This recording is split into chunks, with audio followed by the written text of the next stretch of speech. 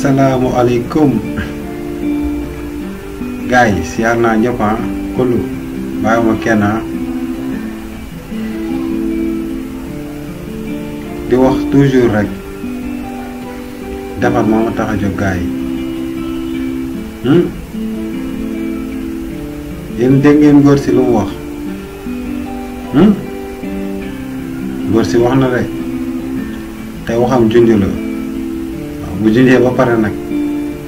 après da koy appliquer problème bi méttiwul ci gars yi wax ñu commencé yem si mooy corona bi dafa lëmbewaat dafa ñëwaat waaw léegi corona bi ñëwaat na mesure barrière yi gars yi dañ koy delloo si war rek ñu jàppaat si comprendre ngeen ñu nekkaat ci dandante port masque raxas loxo toog sa kër dox farata parce que nag am na loo xamante ne ay magum jëmm ñoo ko mën a régler waaw du problème bi nii du problème mu maanaam docteur wala nangam mais ñu ni neen ñoo ko war a mën a régler ci kaw benn affaire ñu déggoo parce que coronavirus ñu bëri ne ñii nee nañ gëmuñu ko ñi ne gëm nañ ko ñii ñi ngi ci diggante bi léegi pour lépp ñëpp mën a nekk ci jàmm gaay ñu bàyyi polémique bi bàyyi tamit aussi yii ñuy jël gaay di ko def ci bopp gaay yenn affaire yoo xamante ne yow leena yow information bi ngay am ni yow fi nga déggee sax ñoo di ko teg sax ñooñu wóoruñu information bi ba pare wuñ ñoom pour taxaw génn wax information bi mais dañuy làqatu envoyé la vidéo bi la la diw léegi lii da moo fi am comme que yow yaay wax kat bi yow la ñëpp di déglu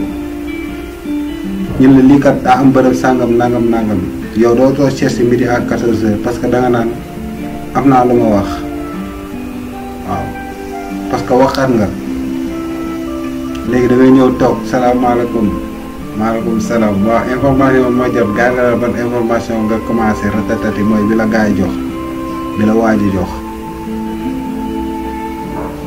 léegi si ko information boobu baax na wala baaxul non loolu boobu à retardement lay doon gars yi kon toujours nañu xam ne am na feebar coronavirus la ko gars yi tuddee kon gars yi ñu fexe sàmmante mesure barrière yi naxante dafa waa ji junj na de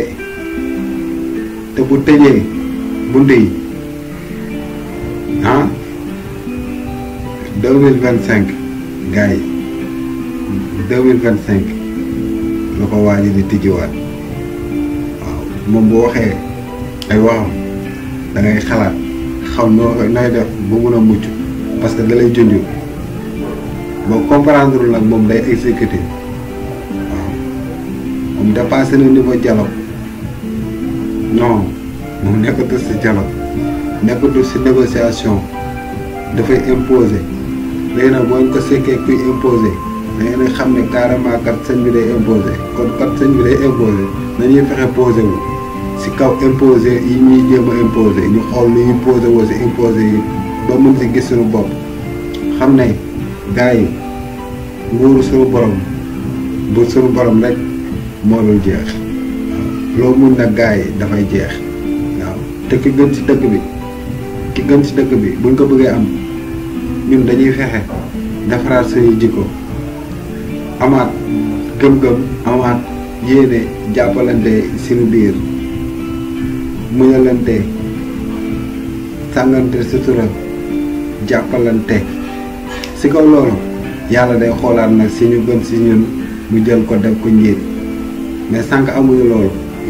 yàlla day xool si ñun ni ñu mel rek mu tànn si ñun njiit kon gars yi njiit gu baax si réew mu baax lay am si réew mu bëgg lu baax lay am si si réew mu pare pour baax la am ñu bàyyi si xel gars yi waaw di leen jox daje di leen jox dig daje si yeneen vidéo yu ñuy amalaat yaa ngi Amadiack TV yaa ngi Amadiack TV Sénégal TV soo abonné gu nag da ngay bës cloche bi rek nga abonné soo abonné ba pare nag xam nga bësal cloche bi am notification yi pour vidéo yi ñëw nga mun si am waaw benn sénégalais la rek boo xamante ne gis na dëkk bi gars yi dalatuñu esprit nekkatuñu tranquillité bi amatu fi waaw parce que gars yi jaxase nañu carte gi ba carte gi jaxasoo ñoom ku si nekk toog fi nga toog di xool lan ngay waaj a teg lan ngay war a defaat mais instant bi nii xalaat jeex na xam-xam jeex na jamono ji fii ñu toll waaw kon gars yi bàyyi leen ma xel Amadiack la bàyyi ma xel waaw bàyyi ma xel